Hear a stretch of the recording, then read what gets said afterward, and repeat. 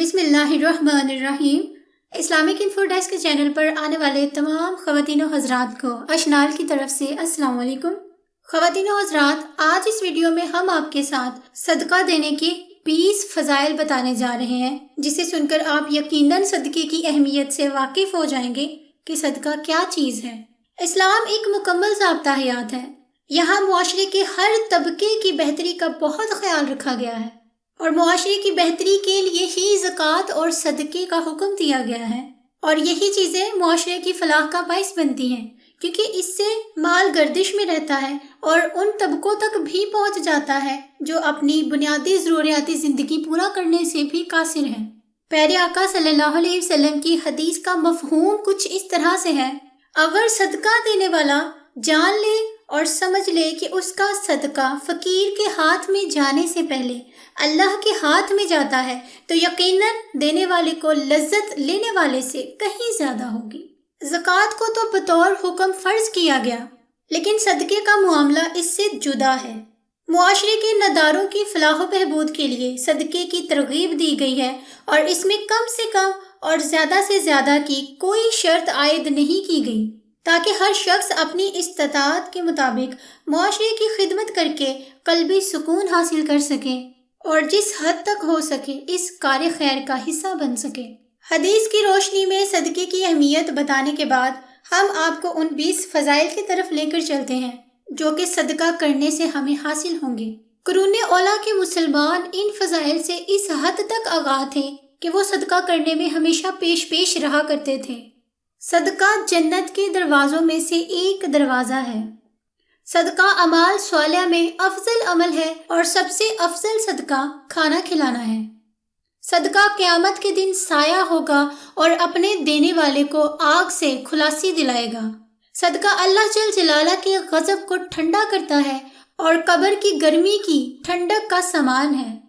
میت کے لیے بہترین ہدیہ اور سب سے زیادہ نفع بخش چیز صدقہ ہے، اور صدقے کے ثواب کو اللہ تعالیٰ بڑھاتے رہتے ہیں۔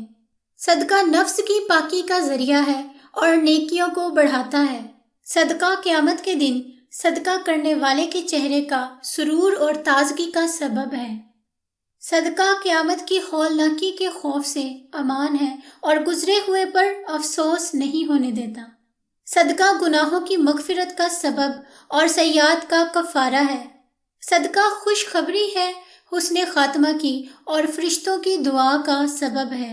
صدقہ دینے والا بہترین لوگوں میں سے ہے، اور اس کا ثواب ہر اس شخص کو ملتا ہے جو اس میں کسی طور پر بھی شریک ہوں۔ صدقہ دینے والے سے اللہ تعالیٰ نے خیر کثیر اور بڑے اجر کا وعدہ کیا ہے۔ خرچ کرنا آدمی کو متقین کی صف میں شامل کر دیتا ہے، اور صدقہ کرنے والے سے اللہ کی مخلوق محبت کرتی ہے۔ صدقہ کرنا جود و کرم اور سخاوت کی علامت ہے۔ صدقہ دعاؤں کے قبول ہونے اور مشکلوں سے نکالنے کا ذریعہ ہے۔ صدقہ بلا اور مصیبت کو دور کرتا ہے اور دنیا میں 70 دروازے برائی کے بند کرتا ہے۔ صدقہ عمر میں اور مال میں اضافے کا سبب ہے، کامیابی اور رزق کا سبب ہے۔